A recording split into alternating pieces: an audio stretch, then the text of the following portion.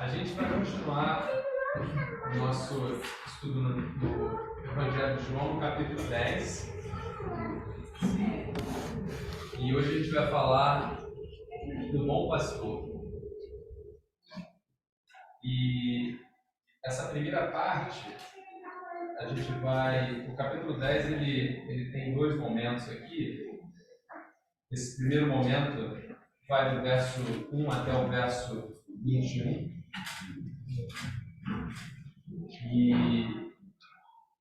E esse momento aqui do verso 1 até o verso 21, ele está dentro de uma construção que começou lá no capítulo 7.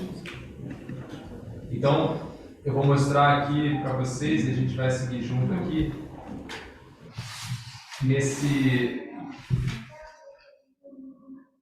nessa construção que Jesus inicia lá no capítulo 7, onde Jesus toma a decisão de ir para a festa dos tabernáculos. E tudo aquilo que acontece nesse período vai terminar aqui nesse capítulo 10 até o verso 21. Então hoje a gente vai explorar essa primeira etapa e a gente vai ter um outro momento para explorar a etapa seguinte. E essa primeira etapa do capítulo 10, ela começa assim. O verso 1 diz: Eu asseguro a vocês que aquele que não entra no aprisco das ovelhas pela porta, mas sobe por outro lugar, é ladrão e assaltante. Esse é o primeiro verso, e esse é o verso que vai dar para a gente o contexto do que Jesus está querendo falar aqui agora nos versos seguintes. Coisas importantes aqui nesse verso para a gente entender o que está sendo dito. Primeiro, quando Jesus fala eu asseguro a vocês, ele está falando com um grupo de pessoas aqui. E se a gente entende que desde o capítulo 7 até o capítulo 10 é o mesmo momento, é o mesmo espaço-tempo onde Jesus está falando com as pessoas, esse vocês se remete aqui ao final do capítulo 9. E lá no capítulo 9, o que a gente tinha, lembra? A gente tinha aquele cego que havia sido curado e havia sido expulso da sinagoga. E havia os fariseus. E Jesus estava falando. E o que Jesus falava ali naquele momento? Eu vim para os que eram cegos enxergassem e para os que cegavam fossem cegos. Tá? Então, naquele contexto, Jesus está falando para um cego que acabou de ser curado e está vendo, expulso da sinagoga, e para fariseus que estão vendo e estão fazendo a pergunta: será que somos cegos? E Jesus ainda fala para eles: vocês, o que dizem que não são cegos, agora vocês são culpados desse pecado. Então esse vocês aqui se remete a essas pessoas. E aí Jesus usa o termo do aprisco das ovelhas. Aquele que não entra no aprisco das ovelhas. O aprisco das ovelhas aqui, a gente vai, no estudo de hoje, a gente vai perceber aqui que Jesus está falando ali esse aprisco das ovelhas aqui, a gente vai fazer uma referência ao reino de Deus, mas vocês vão ver ali também que vai ter uma referência a toda a comunidade judaica, os judeus dentro da religião judaica. Então, tem duas referências que a gente vai ver ao longo do caminho. Aqui nessa fala, Jesus está falando do reino de Deus, o aprisco das ovelhas como reino. E aí ele faz essa afirmação: aquele que não entra pela porta. Ou seja, ele coloca aqui a porta como o único caminho de entrada. Correto, legal. Aquele que não entra pela porta, mas por outro lado, acha outros caminhos, esse é ladrão e assaltante. E aqui fica claro para a gente que naquele capítulo anterior, no capítulo 9, a gente percebe que os judeus eles estão rejeitando a Jesus, rejeitando a Cristo, dizendo que ele é um pecador, porque ele estava curando no sábado, ele não podia estar falando de Deus. E eles estão se colocando no lugar de caminho, ou melhor, de porta ou de veículo, para que aquela comunidade acesse a Deus. E eles expulsaram o cego, porque o cego professava Jesus a partir daquele momento.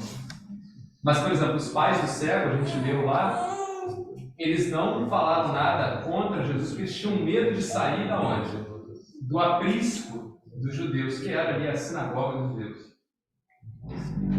E Jesus está dizendo para esses homens: vocês que entram, que se colocam no caminho onde as pessoas entram, vocês são ladrões e assaltantes.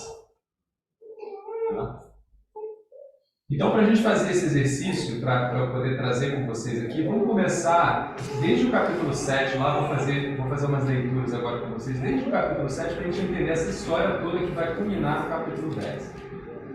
Lá no capítulo 7, a gente vê que Jesus ele tinha determinado ali mostrar a cegueira da religiosidade judaica para o mundo.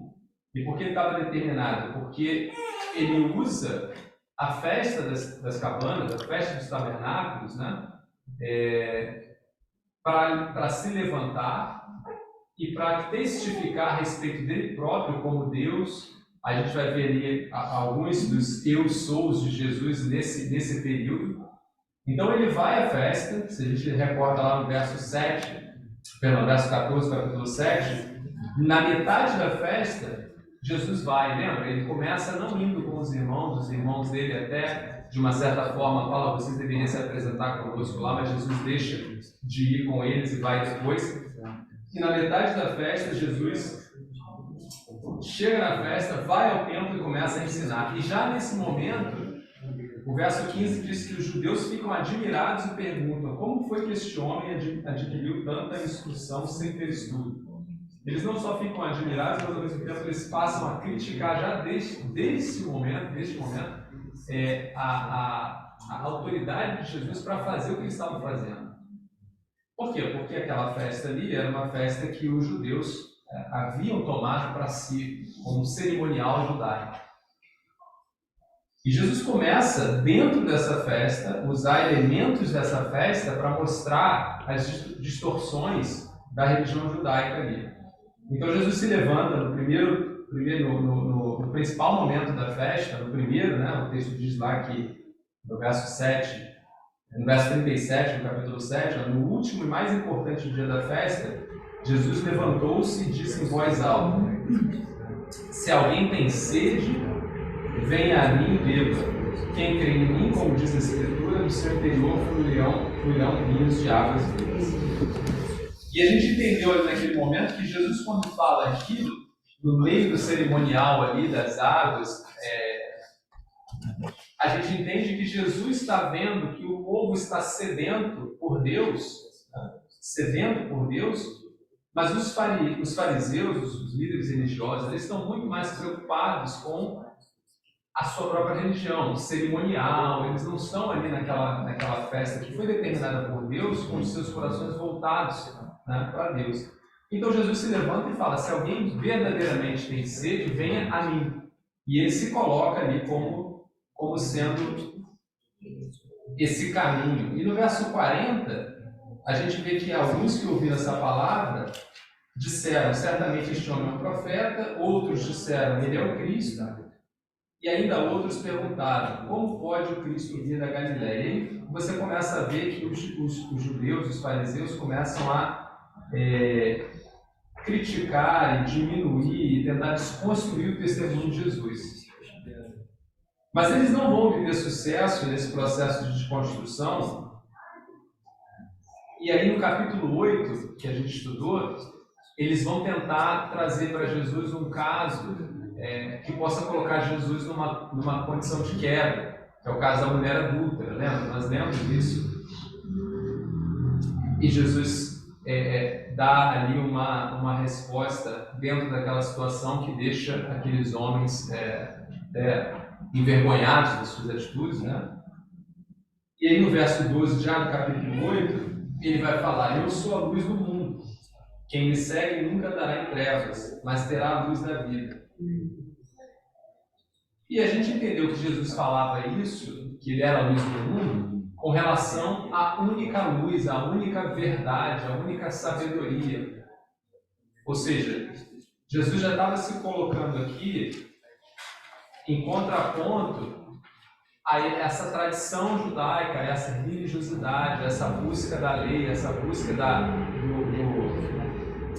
autojustificação, né? Da justificação pelas obras. Então, a única luz sou eu, não há outra luz além de mim. E mais uma vez, esses judeus, a gente vai ver lá no verso 13 do capítulo 8, esses judeus vão desrespeitar ou vão tentar negar esse testemunho de Jesus, vão dizer: você está testemunhando a respeito de si próprio, o seu testemunho não é válido. A gente sabe que lá no capítulo 8 eles vão continuar no debate com Jesus, tentando de diversas maneiras desconstruir tudo aquilo que Jesus está falando.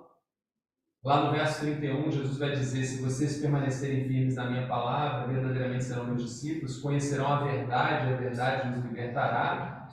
E aí esses homens, né, que a princípio pareciam simpatizantes, né, com Jesus, mas quando ouvem da verdade e quando ouvem que precisavam ser libertos, e Jesus está falando aqui libertos dessa cegueira, dessa prisão, né, esses homens vão dizer: nós somos descendentes somos descendentes de Abraão e nunca fomos escravos de ninguém. Como você pode dizer que seremos livres? Então aqui a gente percebe inclusive a mentira, né? Então não são tão cegos como começam agora a responder. Olha, são cegos, mas começam a responder com caminhos maus, começam a mentir. E Jesus, para de uma forma muito direta encerrar essa série de questionamentos, lá no verso 58, só no capítulo 8, Jesus vai dizer: eu afirmo que antes de Abraão nascer eu sou. Então Jesus ali já havia testemunhado que ele era a luz do mundo, já havia testemunhado que ele era o caminho, que a verdade era ele. Esses homens continuam rebatendo e começam a apelar, e Jesus fala: olha, vocês estão presos a Abraão e a lei, mas antes de Abraão ser eu sou. E essa fala de Jesus traz ali nos judeus esse entendimento de que, olha, ele está afirmando que ele é Deus. Eles pedem, né, pedras para apedrejar a Jesus, e Jesus sai do meio deles. E aí a gente entra no capítulo 9, que estudamos semana passada, onde Jesus vai agora de uma forma, não mais através de conversa e diálogo, mas de uma forma milagrosa. Ele vai fazer um milagre agora para mostrar de novo o mesmo tema, que é o quê? A cegueira. Então o que ele vai fazer? Ele vai pegar um cego de nascença e vai curar esse cego de nascença. E o texto começa mostrando essa cegueira nos próprios discípulos, que perguntam, né, quem pecou, este, né, ou os seus pais? Ou seja, os próprios discípulos estavam presos a um entendimento que vinha do próprio judaísmo, de que o pecado era algo que poderia ser cometido até mesmo no ventre, ou poderia ter sido algo herdado pelos pais. De tão presos às tradições que eles estavam, os próprios discípulos caem nesse erro, e Jesus vai falar: não, isso aconteceu desse jeito para que a glória de Deus fosse revelada na vida desse homem. E Jesus falava dessa glória ali para mostrar o quê? A cegueira. A glória era mostrar que esse homem cego poderia entrar no aprisco, no reino de Deus, que ia acontecer no final do capítulo, quando esse homem aceita Jesus como seu Senhor. Então ele é primeiro curado fisicamente, e aí a gente vai ver no decorrer desse capítulo, né, alguns personagens interessantes.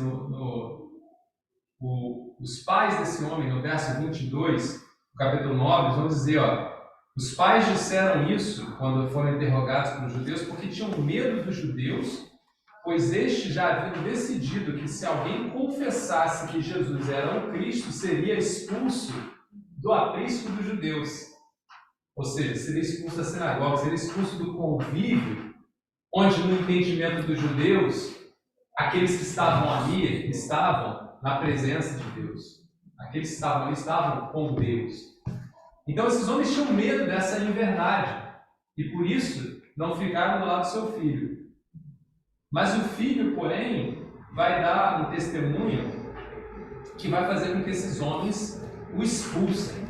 No verso 34, o filho, os homens vão dizer para o filho: você nasceu cheio de pecado, como tem a ousadia de nos ensinar? E o expulsaram. Reparem que esse homem que era cego, ele, naquele momento que ele é curado, é como se, a gente não conhece a história dele, mas ele entende que o que aconteceu com ele é algo que não poderia ter vindo de nenhuma outra pessoa que não fosse o próprio Deus. Então, o testemunho que ele vai dar é um testemunho que confirma a presença de Deus em Cristo. E esse testemunho vai ser tão duro que os judeus vão se colocar numa posição defensiva, vão expulsar esse homem do aprisco dos judeus. Agora esse homem está abandonado. Esse homem agora está distante do reino de Deus, ele vira um pecador. Os caras até falam, você é um pecador, nasceu cheio de pecados. Você continua afastado de Deus e vai continuar mais ainda agora, porque agora a gente vai te afastar. E no verso 24 também a gente vê que esses homens, eles já tinham dito para esse cego, que chamaram o homem de cego e disseram, para a glória de Deus, diga a verdade, sabemos que este homem é pecador, falando de Jesus. Então eles já tinham colocado, olha, Jesus é um pecador, você não pode dar ouvido a eles. Nós temos a verdade. Fala a verdade para a gente, esteja conosco, esteja no nosso aprisco. Nós somos o caminho para Deus. Essa é a imagem. Né? E esse homem é expulso. E aí o que acontece com ele? Quando ele é expulso, Jesus, que é o bom pastor, vai ao encontro desse homem. E nesse encontro com esse homem, Jesus se apresenta a ele como a porta. Tá? E diz para esse homem, você crê? E esse homem ali o adora. E esse homem agora ele entra pela porta. Esse homem agora está no aprisco, que é o reino dos céus. E aí Jesus fala, eu vim a este mundo, no verso 39, eu vim a este mundo para o julgamento, a fim de que os cegos vejam e os que veem se tornem cegos. E é nesse contexto que os fariseus ali, eles vão olhar para Jesus e vão dizer, por acaso somos nós cegos? E Jesus vai responder no verso 41, se vocês fossem cegos, não seriam culpados de pecado, mas agora que dizem que podem ver, a culpa de vocês permanece. Jesus está dizendo para esses homens, vocês sabem o que vocês estão fazendo. Vocês sabem que vocês estão desviando as minhas ovelhas de mim.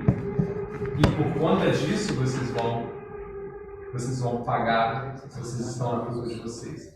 Então esse é o contexto que inicia o capítulo 10. E aí o que vai acontecer no capítulo 10? Eu expliquei tudo isso aqui nesses 3 capítulos, né? Jesus está o tempo inteiro explicando isso tudo. No capítulo 10, Jesus vai usar uma parábola, uma história, para explicar tudo isso que eu falei.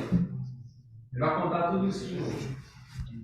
Por isso que eu repeti várias vezes o aprisco aqui, o reino de Deus, depois ele vai falar vai ter uma parte aqui no início que ele vai falar que nesse aprisco aqui eu tenho as minhas ovelhas, mas eu tenho ovelhas em outro aprisco. Aqui ele está dizendo, ó, aqui no meio do povo judeu eu tenho aqueles que são as minhas ovelhas. Mas não é só aqui que eu as tenho em outros apriscos. E aqui, acredito eu, uma referência clara, ou aos samaritanos ali, ou aos próprios gentios espalhados pelo mundo, a nós. Então vamos ler agora como é que Jesus vai explicar tudo isso que a gente falou agora nesse texto aqui do 1 até o verso 11. Ele começa dizendo, eu asseguro a vocês, então está falando não só para os fariseus que perguntaram, né, se eram cegos, mas também para o homem, que aquele que não entra no aprisco das ovelhas pela porta, mas só por outro lugar, é ladrão e assaltante. O aprisco é o reino de Deus. Jesus está falando, esse é o meu reino, o reino de Deus. E a porta é ele. A gente vai ver na sequência do capítulo que ele vai declarar, eu sou a porta, eu sou o caminho de entrada. Aquele que sobe por outro lugar significa aquele que entende que há um outro caminho para estar na presença de Deus, que não seja Cristo, ele está subindo para o caminho errado. E nesse contexto aqui, que caminho era esse? Era a religião judaica. Era, por exemplo, como a gente viu aqui no contexto, né, os rituais, aqueles homens no capítulo 9, quando, vou deixar para ler mais à frente, porque acho que eu faço relação, mas no capítulo 9, os homens não estavam preocupados que aquele cego estava vendo, eles estavam preocupados que aquele milagre foi feito no sábado, e isso era um problema. Tá?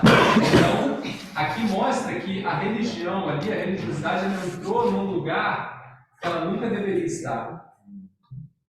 Então, no contexto, o judaísmo e os ritos, né, os seus ritos, estavam, na verdade, afastando o homem de Cristo.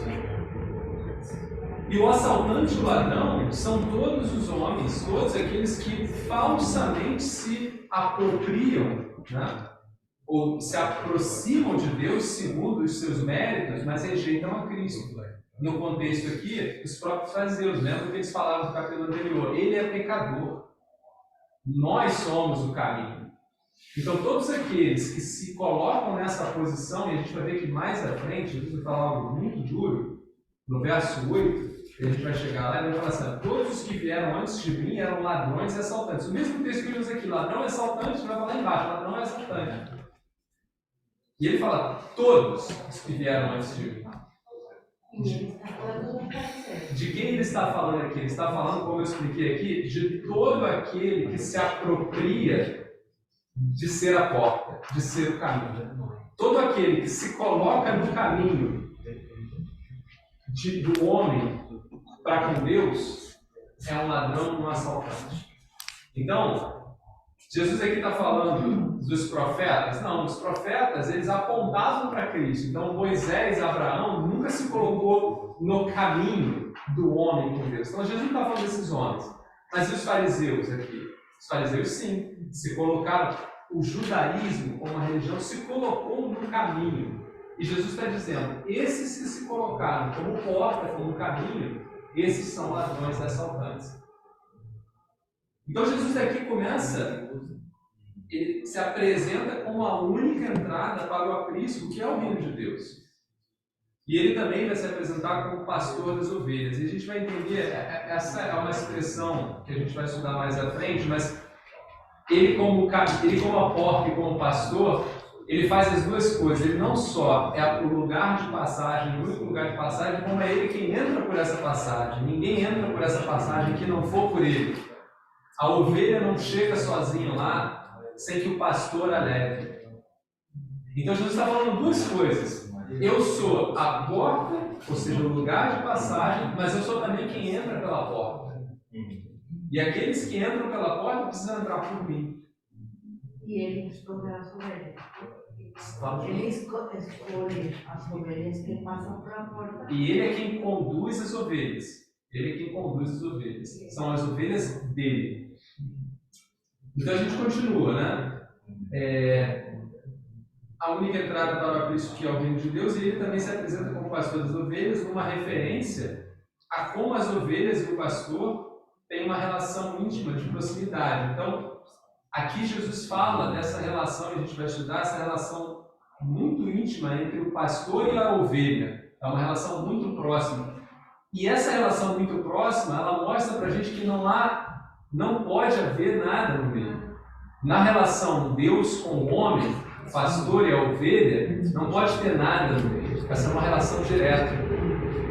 Jesus mostra aqui de forma indireta que os chefes, os líderes religiosos, não tinham autoridade e também não eram capazes de pastorear as ovelhas que eram dele.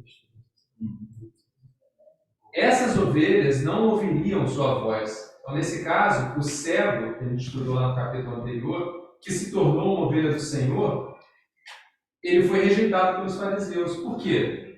Porque quando os fariseus disseram para ele, olha, ele é pecador, o que o cego disse? Não, vocês estão enganados.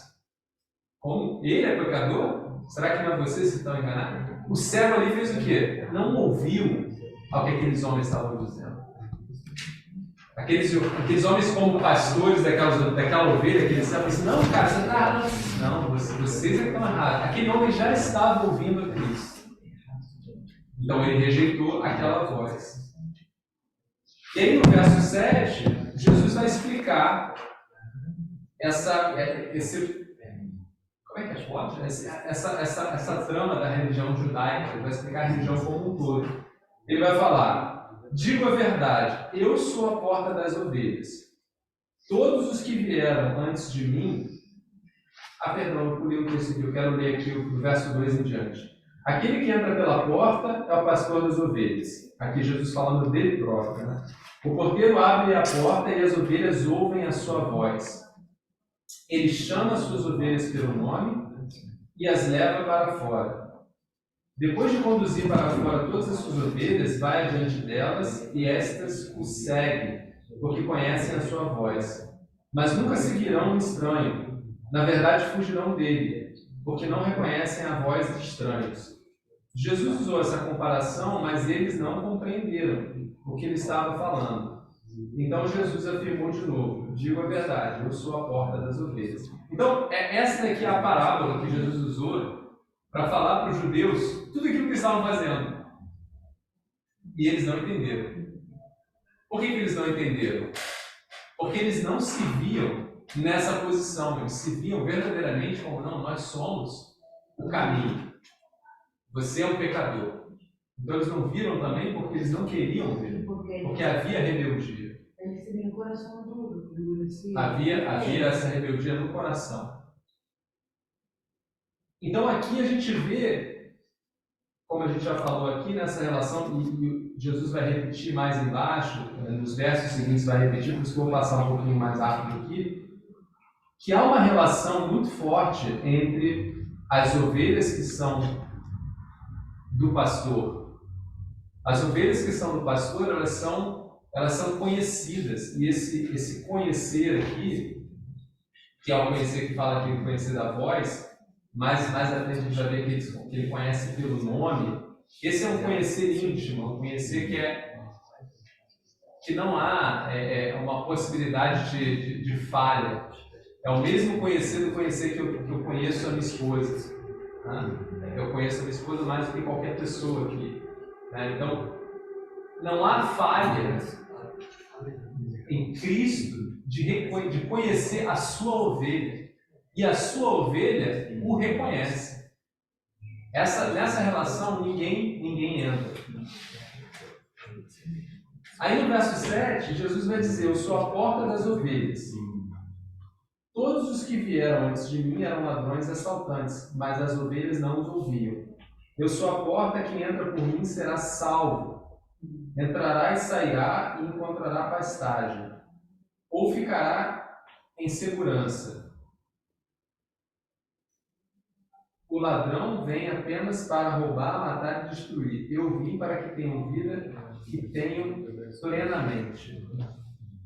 O que Jesus está fazendo nessa fala aqui agora é mostrando a diferença, e a gente vai ver essa diferença mais na frente, a diferença desse aprisco e desses pastores, falsos pastores, né, cuidando das suas ovelhas, e dele como o aprisco, como o reino de Deus, o reino dele, o reino de Deus, ele como a porta e como pastor. Como é que é a relação com ele e como é que era a relação no judaísmo? Então ele vai mostrar muito rapidamente. Nele a gente vê aqui que há a vida, né, a salvação, eles estão salvos, eles encontram pastagem, eles têm o entrar e o sair, né, e a gente vai estudar isso no sentido mais simbólico. Mas quando é com os judeus, ali o resultado é fogo, morte e destruição. Jesus vai além. Em mim é vida e vida plena. E neles é morte e destruição. Então Jesus está fazendo esse confronto, está comparando isso. E se a gente for comparar, usando os capítulos anteriores, muitos daqueles homens ali, dos judeus, agora falando do povo ali, muitos estavam nessa condição. Por exemplo, os pais do cego não falaram, não professaram Jesus e não falaram a favor de Jesus por medo. Eles estavam com medo de ser afastados da comunidade. Né? Então, E isso muito, mesmo vendo o filho, o próprio filho, sendo curado.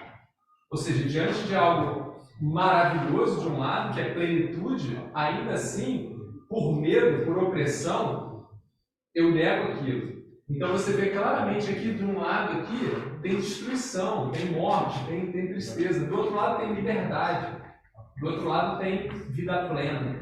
Então Jesus está mostrando isso nessa parábola, está explicando para esses homens, olha, o que vocês estão apresentando aqui, vocês estão errados em apresentar outros caminhos para as ovelhas que não sejam a mim. Segundo, vocês não podem oferecer e não querem oferecer a essas pessoas, não podem, não querem e não vão, porque no coração de vocês não há o desejo de oferecer vida plena. E lembra que Jesus já havia falado para esses homens que não havia verdade neles, só havia mentira, porque eles eram o quê? Filhos do pai deles, que era Satanás. Então, e essa fala aqui, né? A gente conhece bem essa fala, né? Quem é que veio para matar, roubar e destruir? É uma fala atribuída a Satanás. Então, esses homens aqui estavam desempenhando exatamente aquilo que o pai deles esperava. E Jesus está mostrando esses dois mundos. Então é isso que Jesus está fazendo, está mostrando esses dois mundos. E a gente vê que a cura do cego mostra isso para a gente muito claramente, porque o cego que encontra plenitude de vida, ou seja, é curado não só fisicamente, mas espiritualmente entra no reino, o que acontece com esse cego na presença dos fariseus? Ele é expulso, ele é jogado fora. Então esses homens, eles mostram exatamente que não, isso a gente não quer. O nosso objetivo não é ver o homem se aproximar verdadeiramente de Deus e receber vida e vida plena. O nosso objetivo é outro, o nosso objetivo é a maior destruição. Por isso é que para a gente era mais importante o quê? Respeitar o sábado. Porque eles não queriam que aquele homem fosse curado. Deixa ele do jeito que está. Lembra da passagem da viuvinha, que muitas vezes é interpretada como passagem para a oferta, né? A viuvinha que deu que não tinha, aí vai os outros lá e fala, você tem que dar mais, irmão. E Jesus ali vai fazer a mesma crítica. Vocês estão afastando o meu povo de mim, tomando deles tudo aquilo que eles possuem, mas eu não estou nisso. Eles já o me têm de forma livre. Vocês estão fazendo escolhas que vocês estão oprimindo. Né? Jesus está fazendo uma crítica para aqueles homens que aquele modelo de religião estava oprimindo e matando. Tanto é que Jesus vai falar, vocês devoram as casas das viúvas. E se esses homens ali naquela passagem tivessem verdadeiramente um compromisso com Cristo, eles iam se lembrar dos profetas, e lá na palavra, em Deuteronômio, até em Levítico também fala, as viúvas eram de responsabilidade, assim como os órfãos, de quem? Da comunidade dos santos. Então aqueles homens eram para cuidar e não para devorar a casa das viúvas. Então ali Jesus já estava mostrando o que vocês estão fazendo. Vocês vieram para matar, roubar e destruir. Então Jesus está mostrando esses dois mundos ali nessa parábola, tanto para o cego quanto para os fariseus. Eu tenho uma pergunta dúvida.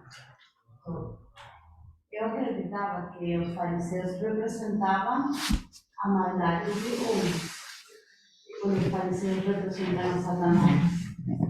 Eles, nessa maldade, eles estão ali desempenhando aquilo que Satanás faz com o homem mau. Eles estão ali servindo, né? A gente leu no capítulo 9, eles estão ali servindo aos propósitos de Satanás, que é mentira, que é destruição, que é morte. São instrumentos na mão de Satanás. Todo homem que se afasta de Deus e busca os caminhos maus vira um instrumento na mão de Satanás. É usado, né? Para mentir, para enganar, para destruir. Os seus sentimentos os seus desejos e sentimentos são maus.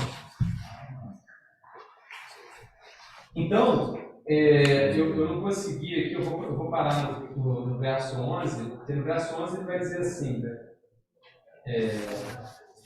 No verso 10, o ladrão, a gente chegou no verso 10, o ladrão vem para matar, roubar e destruir, ou vim para que tenham vida e vida plena. E aí ele vai continuar no verso 11 em diante, e eu quero explorar isso em uma outra oportunidade, falando de Jesus como pastor. E o que eu quero que a gente reflita hoje, que é o ponto que a gente vai chegar. Então, Jesus está mostrando o que está acontecendo. E está mostrando o perigo, né, que as ovelhas também correm dentro desse contexto onde falsos pastores, falsas doutrinas se colocam no caminho dessas ovelhas em Cristo, e essas ovelhas entram num lugar que é morte e destruição. Jesus está mostrando isso, está mostrando isso para a gente hoje. Estava mostrando para aquele cego, por exemplo, falando, olha, foi disso que você foi livrado. Né? E estava mostrando para os judeus, olha, vocês estão fazendo isso. Tá? Então, o que é importante para a gente ver? Né? É importante para a gente observar que isso acontece na nossa vida hoje. Tá? E a pergunta é, como é que a gente se afasta disso? Né? Como é que a gente... Porque nessa parábola aqui, a gente sabe que Jesus aqui, então, ele é o bom pastor, ele está mostrando isso, né? Porque o vinho, ele falou ali na frente, né? Eu dou a minha vida pela ovelha, eu cuido, no meu reino ela é livre. Então, a gente sabe que ele é o bom pastor, mas existem aqueles que enganam. E nós somos quem? As ovelhas. O povo são as ovelhas. Então, a pergunta é, como é que a ovelha decide, então? No caso do cego, o que aconteceu ali? Jesus foi lá, curou o cego, Jesus se apresentou ao cego, né, e falou, você crê? E o cego creu e adorou. E hoje nós, como ovelhas, como é que a gente toma essa decisão? O texto dá uma dica para a gente, e eu falei sobre isso, que é a relação entre a voz do pastor, que é o dono da ovelha, e o ouvir da ovelha. E é nisso que a gente precisa se apegar. Como a gente vai discernir a voz do bom pastor? Mais à frente, o texto vai mostrar isso com mais detalhes ali. A gente vai ver que Jesus vai repetir, né? Eu sou o bom pastor, conheço as minhas ovelhas, no verso 14. Conheço as minhas ovelhas e elas me conhecem. Conheço as minhas ovelhas e elas me conhecem. No verso anterior que nós lemos, o pastor das ovelhas chama as suas ovelhas, lá no verso 13, ele chama as suas ovelhas pelo nome e as leva para fora. Depois de conduzir para fora, todas as suas ovelhas vai adiante delas. Aqui mostrando a relação, né? Então, olha, ele chama, depois ele fala aqui, ó, elas nunca seguirão estranhos porque não reconhecem a sua voz. Ou seja, Cristo nos conhece pelo nome, Cristo nos chama e nós ouvimos a sua voz, como ovelhas. A pergunta é como? Como não somos distraídos, ou como não estamos distraídos ouvindo a voz que não é de Cristo? E eu acho que essa pergunta ainda é uma pergunta pertinente para nós hoje. Naquele momento ali, vocês vão ver que no final desse trecho de 1 a 21, lá no verso 21, ou melhor, no verso 20, muitos daqueles homens, muitos deles diziam, ele está endemoniado, enlouqueceu porque ouvi-lo. Olha, por que ouvi-lo? De novo, por que dar ouvidos? Mas outros vão dizer, essas palavras não são de um endemoniado. Pode um demônio abrir os olhos dos cegos? Alguns vão ficar intrigados com essa palavra, eles vão dar ouvidos. Então, entendo que essa pergunta ela é pertinente para a gente hoje. Naquele momento ali, hoje a gente não tem mais, ou melhor, tem, o judaísmo ainda está aí, mas a gente vive um contexto hoje, várias outras igrejas. Como a gente discerne a voz do bom pastor? Eu acho que dentro desse texto aqui, essa é uma das perguntas que a gente precisa explorar e eu vou trazer uns textos para a gente ler. O que eu tentei falar hoje aqui é mostrar o quanto a voz errada, o quanto a voz que se coloca como porta, que se coloca como caminho, o quanto ela leva à destruição. O quanto a destruição aqui, ela é bem representada, mostrada por Jesus aqui, que é destruição de morte. Destruição com falta de verdade. E a gente vai explorar também, que acho que talvez seja a parte mais bonita, que é tudo aquilo que no momento em que a gente ouve a voz do pastor, quando a gente ouve a voz do pastor, o que engloba esse ouvir dessa voz? Jesus já fala algumas coisas que são muito significativas, né? Ele fala aqui da salvação, e essa salvação que está aqui, naquele momento podia representar não só a salvação física ali, que você está protegido, mas aqui a salvação eterna. Aquele cego, ele foi salvo eternamente, ele estava liberto em Jesus. Jesus fala aqui de pasto, Jesus fala aqui de liberdade, entrar e sair. Paulo vai falar da liberdade que nós temos em Cristo. Então, a beleza que existe, que Jesus vai resumir aqui na vida e vida plena, essa plenitude que existe quando ouvimos a voz do pastor. Então tem o perigo de não ouvir a voz e tem as maravilhas de ouvir a voz. Tudo está nesse texto. E a pergunta que a gente tem que expressar é: e como a gente discerne a voz? Como a gente discerne a voz, Senhor? Então eu queria ler para os irmãos Hebreus 3, 12 e 15, só para mostrar o quanto é importante esse discernimento.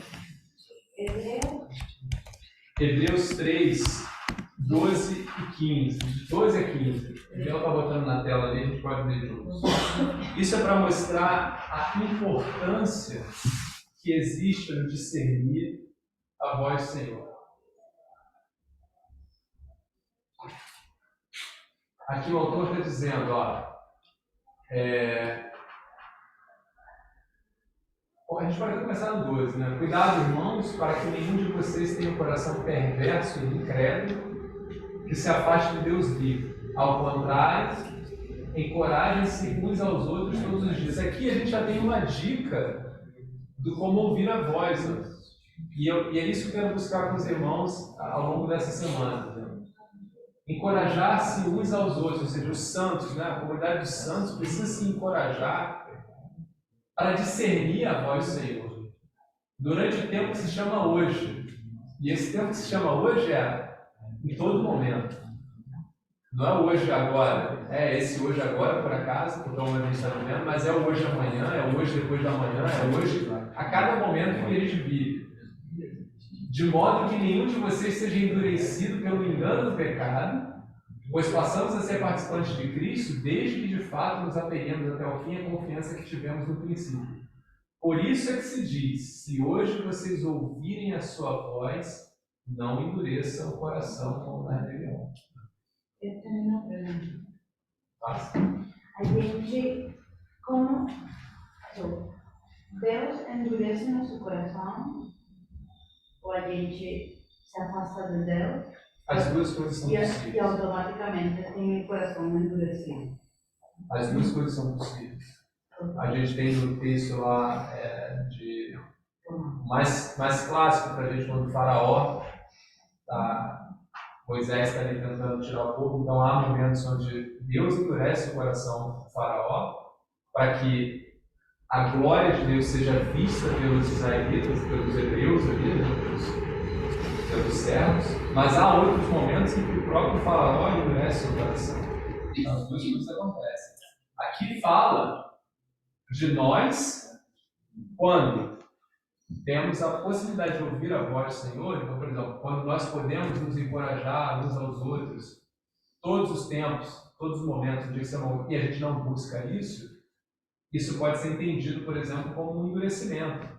Quando a gente se afasta da comunidade dos santos, quando a gente se afasta da presença dos santos do Senhor, isso é uma rebeldia que pode gerar um endurecimento de coração. A gente se afasta de ouvir a voz do Senhor. Então, existe uma atitude nossa também aí. E ele fala: não endureçam o coração. Esse não endureçam o coração aqui é uma atitude que está sendo colocada naquele que ouve. Então, o que nos dá a entender que a gente tem essa capacidade de ouvir, mas a gente faz uma escolha por não obedeceram. Outro texto que eu quero trazer para os irmãos está lá em Atos, capítulo 2.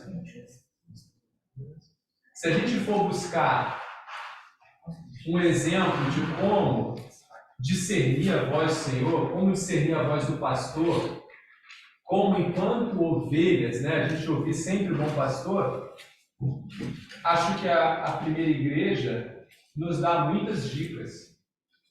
Então, Atos 2, Gabriel, bota pra gente aí, Gabriel. 2. Atos 2, já botou? Botei no celular, acho que você devia aqui. Atos 2, 42, 47.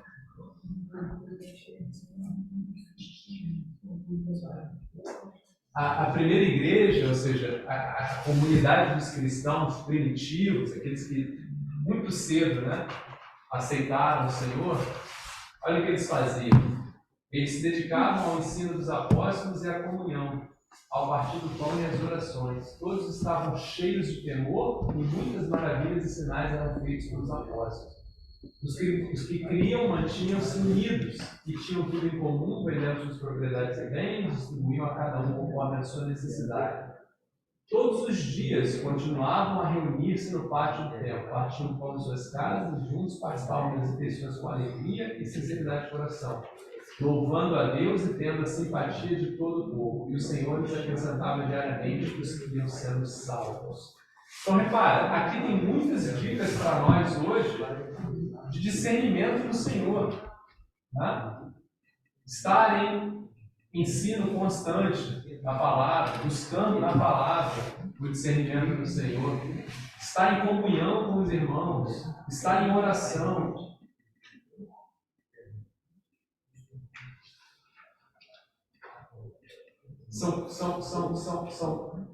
São momentos na vida do crente que precisam ser buscados, que precisam ser alcançados, né, com sinceridade de coração. Se eu não sei fazer, Demetrio, eu tenho dificuldade, né? Ora ao Senhor. Pede ao Senhor que dê um coração que te faça buscar, que te faça meditar na palavra mais vezes. Eu não estou dizendo aqui que a gente vai sair daqui fazendo tudo, todo mundo da mesma forma, porque estamos todos numa caminhada, né, onde o alvo é Cristo. E nessa caminhada, cada um tem uma velocidade, uma forma, um caminho diferente. Mas o fato é, todos nós, como ovelhas, precisamos discernir a voz do pastor, do bom pastor. Por quê? Qual é o perigo? A gente já falou, o perigo é a gente discernir essa voz de forma errada e cair numa situação semelhante àquela que Jesus estava mostrando ali. E aí você fica refém de mentiras que levam à destruição. Então, o objetivo de discernir a voz do pastor é para que a gente ande de fato com Cristo na plenitude de vida que Ele tem para nos oferecer. Só Ele tem para nos oferecer. Um outro texto, só para fechar, que também é uma dica para a gente, é a história dos bereanos. Paulo, lá no capítulo 17 de Atos, que pode botar para a gente também, mas é uma história muito comum, 17, 10, 12 dela. Os cristãos de Bereia, que era uma cidade, eles, quando recebiam a revelação, a palavra dos profetas, dos apóstolos, dos discípulos, quando eles recebiam qualquer coisa, olha o que eles faziam. Botou lá, Abel. Olha lá. Logo que anoiteceu, os irmãos enviaram Paulo e Silas para Bereia. Chegando ali, eles foram à sinagoga judaica. Os bereanos eram mais nobres do que os tessalonicenses. Fala da nobreza dos bereanos. Eles conseguiam discernir a vontade do Senhor, né? Pois receberam a mensagem com grande interesse, examinando todos os dias as Escrituras para ver se tudo era assim mesmo. Está vendo? Então, eu recebo, estou na comunidade, recebo aquela revelação, aquela informação, mas eu vou na palavra de Deus. E a palavra de Deus confirma a voz do Senhor. Então, eu queria, para a gente encerrar aqui, e aí deixar aberto para vocês também comentarem, que a gente explorasse mais como cada um de nós, como ovelhas que somos, discernimos a vontade do Senhor, discernimos a voz do Senhor, para que dessa forma, né, o Senhor nos conduza para o aprisco. Para que a gente esteja no reino de Deus com Ele, nele, protegidos, seguros, precisamos ouvir a sua voz. Precisamos ouvir a sua voz. Então, como cada um de nós vê isso? E só um comentário em relação à ovelha, todo mundo fala que a ovelha, né? Eu não sei como sou ovelha, todo mundo fala que a ovelha é um bichinho que tem uma dificuldade intelectual, né? É um bichinho burrinho, né? Eu estava escutando um podcast de Timothy Keller. Enfim. Eu gosto muito dele. E ele falava da natureza das ovelhas. Somente ele falava de como se comporta esse animal. Ele falava que era muito tonta, que as ovelhas comiam bichos que podiam fazer morrer elas. E se o pastor não ia e pegava elas fora, elas comiam e morriam. E comiam não uma, todas comiam o mesmo bicho que fazia mal para elas. Elas comiam coisas que faziam mal, se ele não conduzia elas para um lugar seguro, elas pulavam do risco. Ele falava que elas eram muito bobas, sabe? E ele falava também que se elas não tiveram pastor, estuvieran todas mortas, porque são muito tontas, sabe? Então, eu acho muito interessante que Deus utilize essa parábola para fazer refletir a gente, porque sem Deus a gente morre. E é exatamente isso que eu ia falar. A ovelha, toda essa capacidade é talvez a mais esperta, mais extraordinária entre os seres ali. Por quê? Porque provavelmente ela deve entender, olha, eu não sou capaz de nada mesmo, né? Eu sou um zero esquerdo. Mas se tem uma coisa que eu preciso ser bom mais do que qualquer outra, é saber quem é o meu pastor. E se eu sei quem é o meu pastor, eu sei que ele vai cuidar de mim. Tudo aquilo que eu precisar. Como é que Davi fala no Salmo, que o Isaac estava estudando, né, Isaac? Como é que é o verso 1 do Salmo 23? O Senhor é o meu pastor, de nada terei falta. Quem é Davi aí? Uma ovelha. Davi é uma ovelha. Então, quando a gente entende essa parábola que Jesus está contando, na perspectiva da ovelha, é de fato isso. Não há nada que eu precise saber, eu não preciso ser inteligente em nada, eu preciso buscar nada na minha carne. O que eu preciso saber, o que eu preciso ser bom, é discernir a voz do meu Senhor, do meu pastor. Porque se eu discernir a voz do meu pastor, de nada eu terei falta. E a gente vai estudar em algum momento aqui, como eu falei, a parte mais maravilhosa, que são os atributos desse pastor. Esses vão ver que, de fato, Cristo como nosso pastor, de nada eu sinto falta. Ele fala ali, ele vai à frente, ele cuida, ele dá pastagem, ele entrega a vida pela ovelha quando o perigo vem. Então não tem falta de nada mesmo. Então a ovelha, a boa ovelha, ela busca discernir a voz do pastor. É claro que tem algumas ovelhas que, infelizmente, por conta da quantidade de vozes aí fora, e porque elas não buscam o discernimento, elas acabam discernindo uma voz que não é do seu pastor. E aí elas vão para um caminho de destruição. Por isso que é importante a gente pensar nisso. Como é que eu escuto a voz do Senhor na minha vida? Aí você vai falar, Demétrios, esses homens, né? O cego teve um encontro ali com Jesus ali, Jesus falou com ele, poxa, é a sua voz, eu conheço. Paulo teve uma experiência, mas hoje eu não tenho nada disso. Hoje você tem a palavra de Deus revelada, você tem a comunidade, duas dicas aqui, tem a igreja do Senhor. Você tem o seu tempo de meditação, Isaac falou mais cedo, o seu tempo de adoração, de dobrar o joelho e buscar o Senhor. Me ajuda a discernir os seus caminhos.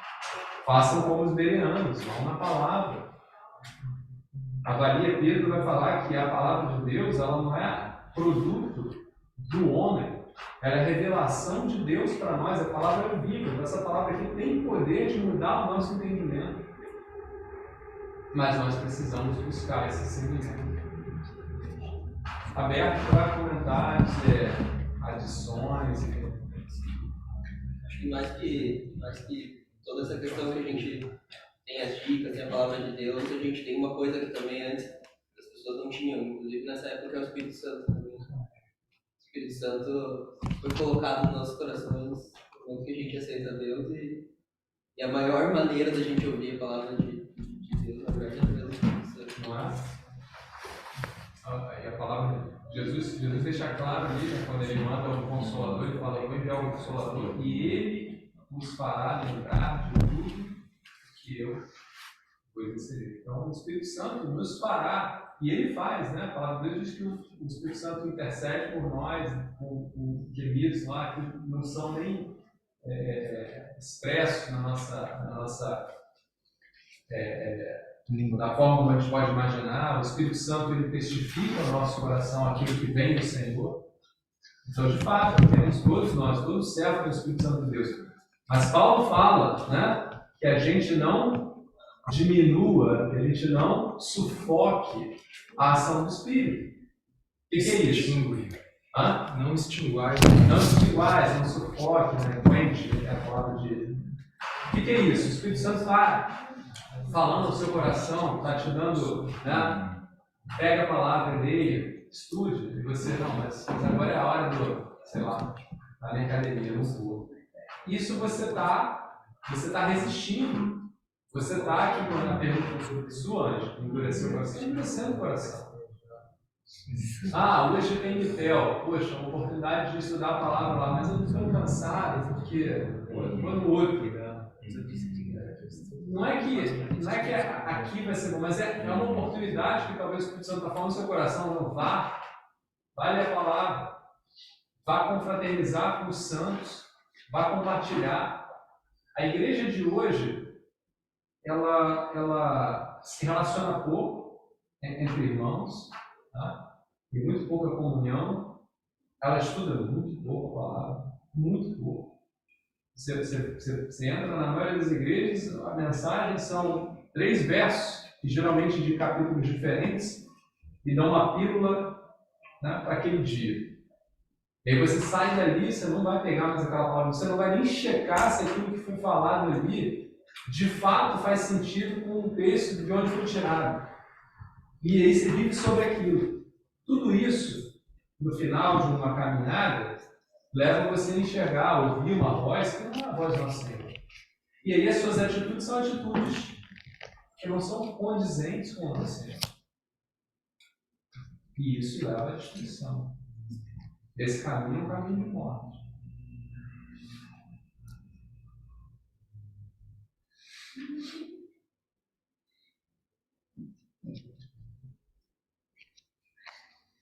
Refletindo durante a semana no discernimento da voz do Senhor na nossa vida. Esse é um exercício que todos nós deveríamos fazer até o nosso próximo encontro. Ao longo da semana, Senhor, você estás conosco, porque a tua palavra nos diz isso. Jesus fala para os discípulos dele lá no finalzinho de Mateus, né? Estarei com vocês por todos os dias da vida de vocês até a consumação dos tempos. Jesus está conosco o tempo inteiro. A pergunta é: e a gente está com ele o tempo inteiro? Temos que estar. Então, se vocês tiverem comentários, quiserem falar, quiserem escrever, compartilha no grupo, se tem dúvida, não deixa. O tempo é hoje, não agora. É agora também, mas pode ser amanhã de manhã, pode ser depois. Tem dúvida, para o irmão, manda mensagem. Poxa, irmão, eu vejo que você estudou um pouquinho isso aqui, me fala o que é isso. Não deixa passar, porque isso vai fazer diferença na vida. Eu queria perguntar ao irmão se ele podia compartilhar a aula.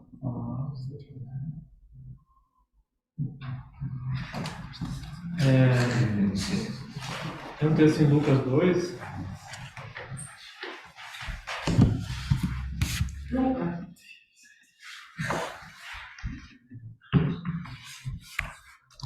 Das meine ich ganz ohne Druck, also ganz locker, und nur wenn du Lust hättest, ja.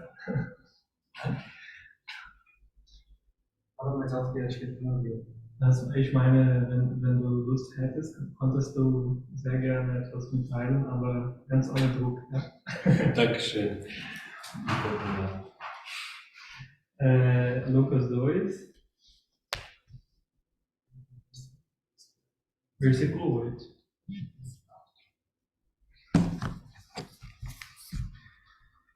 Havia naquela mesma região pastores que viviam nos campos e guardavam seu rebanho durante as vigílias da noite. Quando eu li esse texto, por estarmos estudando João, também me veio ao coração, né, a descrição do ofício desse bom pastor. Nós estamos em meio a uma noite, né? Romanos nos diz que vai alta a noite e vem chegando a manhã. Então, não só estamos numa noite, mas numa alta noite, onde as trevas são densas ao nosso redor. E aí a palavra fala, nesse capítulo 2 de Lucas, conforme o Demetrios acabou de mencionar, que o Senhor falou que Ele está conosco até a consumação do século. E aqui o texto fala que eles viviam nos campos e guardavam o seu rebanho durante as vigílias da noite. Então essa é a guarda que o nosso amado tem para conosco. Um salmo que foi lido na alguma reunião atrás, nós lemos esse salmo, Salmo 121. Eleva os olhos para os montes, de onde me virá o socorro? O meu socorro vem do Senhor, que fez o céu e a terra. Ele não permitirá que os teus pés vacilem, não dormitará aquele que te guarda. Um texto de Hebreus 7 também, falando sobre esse sumo sacerdote, né, que nos convinha, fala que ele pode, Hebreus 7:24, fala que ele pode salvar totalmente os que por ele se chegam a Deus, vivendo sempre para interceder por eles. Então, essa é a atividade intensa do nosso Senhor, né? Aquilo que ele falou, que a gente já estudou, quando ele falou para os fariseus na cura do paralítico no tanque de Betesda, ele fala: meu Pai trabalha e eu também, né? A obra que o Senhor tem para fazer na nossa vida é enorme. A nossa alma precisa ser transformada completamente, porque Ele não quer diante dele nós na nossa queda. Ele não nos quer deformados, Ele nos quer conforme o coração dele, conforme Ele nos viu antes da criação do mundo. Ele nos quer com o caráter dele formado em nós. Ele quer uma noiva na qual ele vai olhar, para a qual ele vai olhar e vai dizer: esta, enfim, é carne da minha carne, ossos dos meus ossos. Uma noiva que ele olha e vê a si mesmo. Então é uma obra enorme que ele tem para fazer. Então, ao mesmo tempo que ele está nos guardando, ele vive a interceder por nós. Ele nos guarda de nós mesmos, né? Eu acho que esse é o aspecto mais importante dos fariseus, mais relevante, que eles representam a nós. Não só ao diabo, não só à maldade, mas eles nos representam no sentido da religiosidade que a nossa carne ama.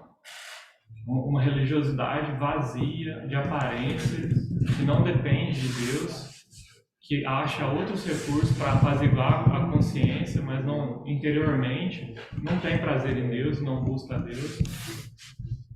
Há esse amor na nossa carne por isso. Então, o Senhor precisa nos guardar, né? Há um texto em Zacarias que diz que as ovelhas se cansaram do pastor. A gente ouviu tanta coisa boa sobre esse bom pastor hoje, o tanto que ele se dá, o tanto que ele nos guarda, o tanto que ele nos alimenta. A Andy deu o exemplo, mas nenhum pastor tinha ovelha para ter dor de cabeça apenas. Ele esperava algo da ovelha. ele receberia a lã da ovelha, o leite da ovelha, eventualmente a carne da ovelha. Nós, como ovelha, não temos nada para oferecer para o nosso Senhor. Mas, quando nos tornamos a ovelha dele, ele nos deu algo que nós podemos oferecer para ele, que é o que ele quer. Ele quer cuidar de nós para ter esse algo. E esse algo é a própria vida dele. Ele quer que essa vida dele cresça nessas ovelhas. Que essas ovelhas andem pelos caminhos dele e jorrem a vida dele para o agrado dele, para o louvor dele. Então, Você pode, por favor, descer no número de Zacarias? já eu vou olhar aqui e eu te falo. Então, que o Senhor, olhando para nós, para a nossa condição, para a nossa pobreza na nossa carne, Ele possa encontrar corações dispostos a buscarem esse ouvir a voz dele. Boaz é um símbolo de Cristo na Bíblia. Ele fala para Ruth não ir buscar, para ela não ir, rebuscar nos campos vizinhos, para permanecer nos campos dele. O mesmo desejo há no coração do nosso Senhor, para que essas ovelhas não vai buscar pasto em outro lugar, porque, como a Andy já compartilhou, é mortal para vocês. Buscar se alimentar de coisas desse mundo, de coisas em você mesmo, fontes que são envenenadas, né? Ele tem toda a plenitude, ele nos oferece tudo nele. Então, que haja disposição, que não sejamos ovelhas como essas que se cansam do pastor, que acham, é uma loucura, mas isso há em nós. Que o Senhor nos guarde de nós mesmos e encontre em nós reação a essa graça, que dispõe o nosso coração a buscar, a amar essa voz, desejar essa voz acima de tudo e de todos. E aqui, o que está falando, a gente vai explorar com mais detalhe, que é quem é esse pastor, né? E o que é a vida com esse pastor. E a coisa principal, que Jesus já vai falar aqui, já nesse texto, né? A principal coisa que ele faz, né? É que esse é o pastor que entrega a sua vida pela ovelha. Então, a principal coisa que nos permite estar de novo com ele nos céus é que estamos lá pela vida dele próprio. Nenhum outro pastor. O pastor da Bíblia tem uma referência, né? O pastor Davi foi pastor, e Davi lutou com o leão, Davi lutou. Mas esse é o pastor que entrega a sua vida. Então, e como o Regis falou, quando você tem os pastores que dependem da ovelha, tá? Até faz um certo sentido, né, você defender a sua vida, porque é o teu sustento. Se você a perde, você perde seu sustento, e eventualmente você perde a sua vida mas nós não temos nada a oferecer e ainda assim ele se ofereceu por nós. Então é muito mais profundo. E todo o resto é uma consequência dessa ação, né, dessa entrega de Jesus por nós. Quando a gente compreende essa entrega, a caminhada que está isso mostra o quão superior é Cristo, né? Porque Davi é um exemplo de um coração segundo do Senhor, foi um homem espelho para nós admiramos e devemos admirar muito a disposição dele para com Deus. A palavra fala que ele arriscou a vida dele pelas ovelhas, né? Ele enfrentou animais ferozes para proteger as ovelhas, e isso foi admirável aos olhos de Deus, porque as ovelhas não eram dele, eram do pai dele, e ninguém estava olhando. Então, se ele deixasse uma ou duas morrer, ninguém ia saber, ninguém ia ver. Ele estava no campo, longe do pai. Então, ele fez aquilo diante de Deus, para Deus. Mas ele não morreu. Ele enfrentou a morte, ele enfrentou o perigo. Cristo morreu. Quando João 10 fala que o pastor dá a sua vida, não é que ele está disposto a dar, ele de fato deu. Igual Abraão e Isaac. Isaac é o tipo de Cristo, mas Deus, ele pôs a mão, ele não permitiu que Abraão sacrificasse o filho dele. Mas ninguém pôs a mão e ofereceu um substituto para o filho do Pai Celestial. Esse não foi poupado. Então, esse é o amor do bom pastor, tão superior. Ô Isaac, eu queria contar uma coisa que você pode ajudar aqui, e Biel também. Senhor, eu sei. Quem tentará o braço? Nossa, eu pensei nessa música. Quem Eu já estava no coração mais cedo. Eu pensei nela, eu vou ensinar isso também. Exaltamos o coração. Andy, Zacarias 12. 11. Quem conhecer essa canção, canta com a gente. Declaramos as tuas maravilhas. Seu Espírito se manifestará nesse dia, trazendo vitórias nossas vidas. Quem verá sobre o braço forte do Senhor? Quem pedirá o seu agir? Quem poderá nos resistir? Se a palavra de vitória já foi liberada a nós. Se a palavra de vitória já foi liberada a nós. Te exaltamos ao Cordeiro Santo de Deus e declaramos as tuas maravilhas. Seu Espírito se manifestará nesse dia, trazendo vitórias nossas vidas. Quem tentará contra o braço forte do Senhor? Quem pedirá o seu agir? Quem poderá nos resistir? Se a palavra de vitória já foi liberada a nós. Se a palavra de vitória já foi liberada a nós. Amém. Amém. Quem poderá resistir ao braço forte do Senhor? Deus abençoe cada um de vocês. A gente já tem mais tempo de comunhão juntos, então vamos aproveitar o tempo que Deus nos deu. E fica aí essa reflexão para a semana. Como nós discernimos a voz do bom pastor nas nossas vidas. Amém? Quem não comeu, pode comer agora.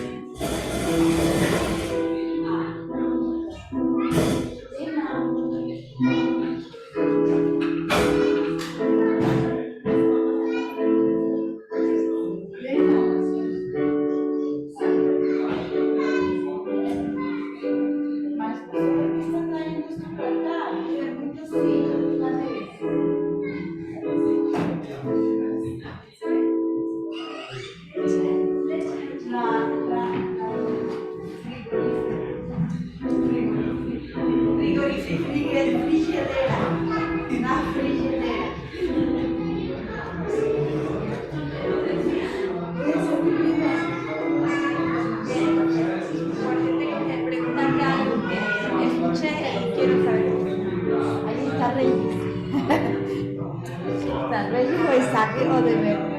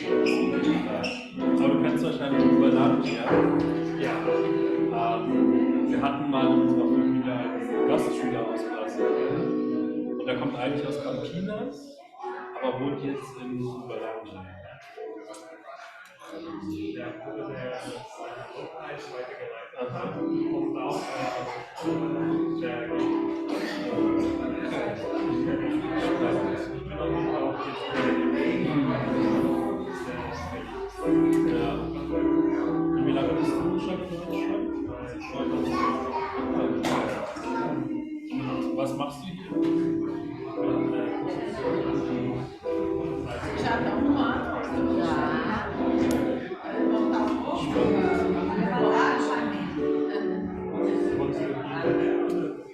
Genau, ich wohne mit ihr zusammen.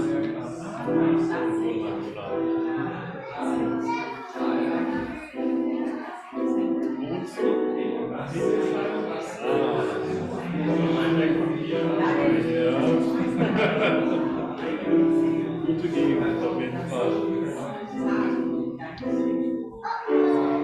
Und hast du schon in Brasilien studiert oder hast du hier in Deutschland angefangen? Ja.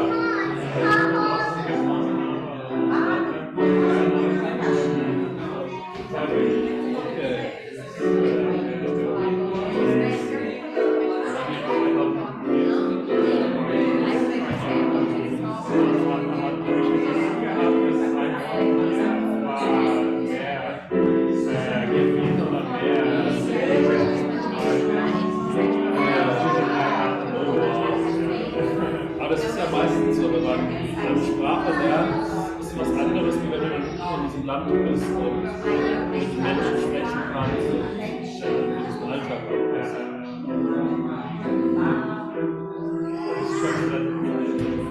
Bis jetzt seit der Geburt noch nicht, aber ich gehe nächstes Jahr im Sommer. Also in Deutschland sogar. Ja, August und September. Okay. Im Februar? Ah, schade, dass wir zusammenfliegen können.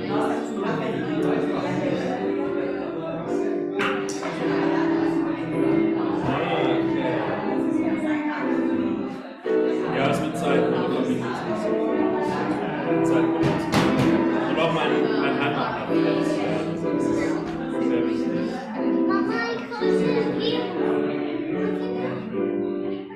Also wir müssen noch diese Stelle wissen.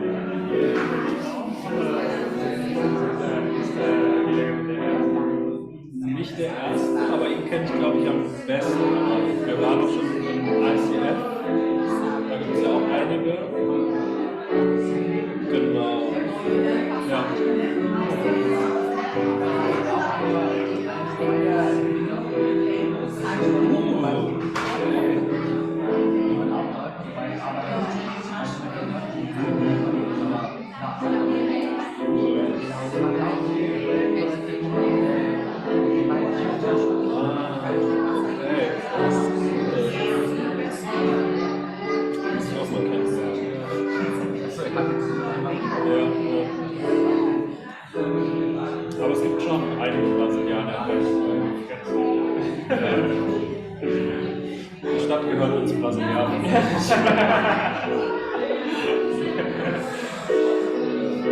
Então, agora, acaba chegando dezembro, vai lá não, gente. Ja, ich würde sagen, also ich bin in einem christlichen Elternhaus aufgewachsen. Also mein Papa ist Pastor in einer Gemeinde. Aber so richtig persönliche Entscheidung habe ich dann bis 10 Jahren. Wo ich so gemerkt habe, dass es nicht nur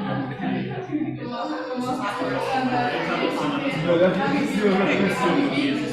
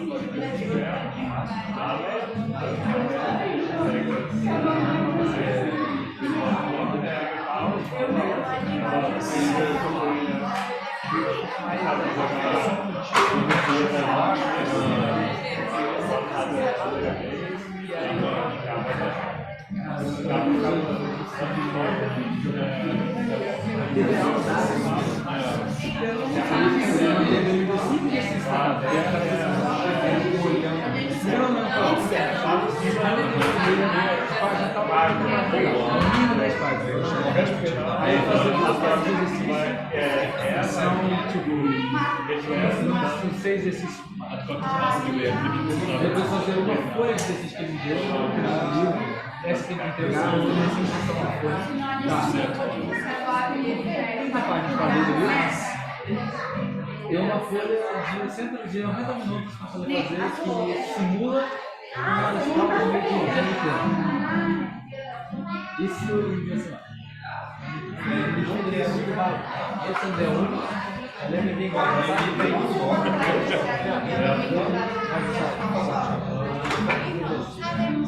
Das ist sehr schwer.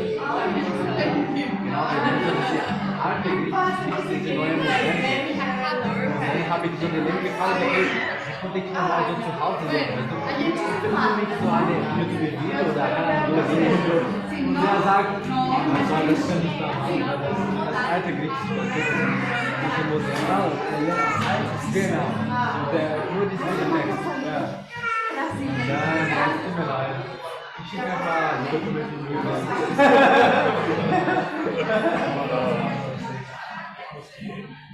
Okay. Ja, ich auch. Ich hoffe, wir sehen uns bald wieder. Sehr schön. Wie heißt du noch? Alice. Genau. Perfekt. Ebenso.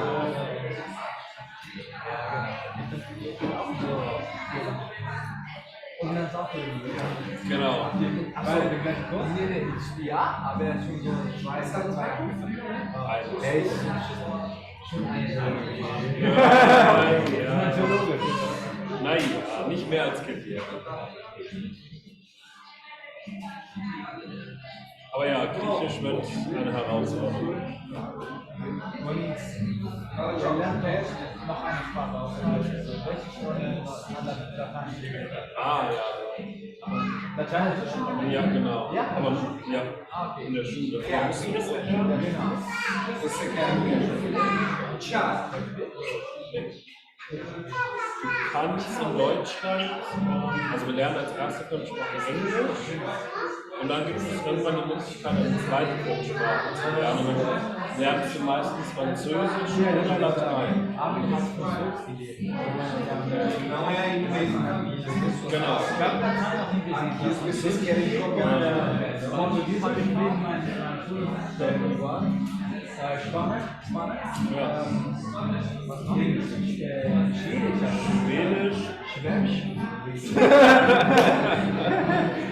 Das wäre nice. Italienisch kann auch manchmal nicht sein. Das habe ich nie gesehen. Italienisch habe ich schon gesehen. Aber wir sagen, wenn man Italienisch kennst, dann würde ich Lateinisch ein bisschen einfacher. Wahrscheinlich, ja. Ich habe von letztes Jahr die Sachen von Lateinisch und Italienisch gesehen habe, sehen. Okay, ja. Und die hören. unterschiedlich nur. Aber immerhin wichtig. Ganz Jasa. Jasa ist auch. Lasagne. Vino, Lasagne. Spaghetti, Bolognese, Carbonara. Aglioli. Ganz viel mehr Italienisch. Aber wo musst du jetzt Latein lernen? Am TSB? Ich glaube, das ist so, man so existe drei Sprachen, so Latein, Jiddisch und Griechisch. Du musst zwei lernen. Und dann sollten es gibt der Sprachen. Aber das ich glaube ich, dass York ist auch ein lateinisches. Aber ich weiß nicht. Aber ich glaube, ich habe ein Fall. Aber ich glaube,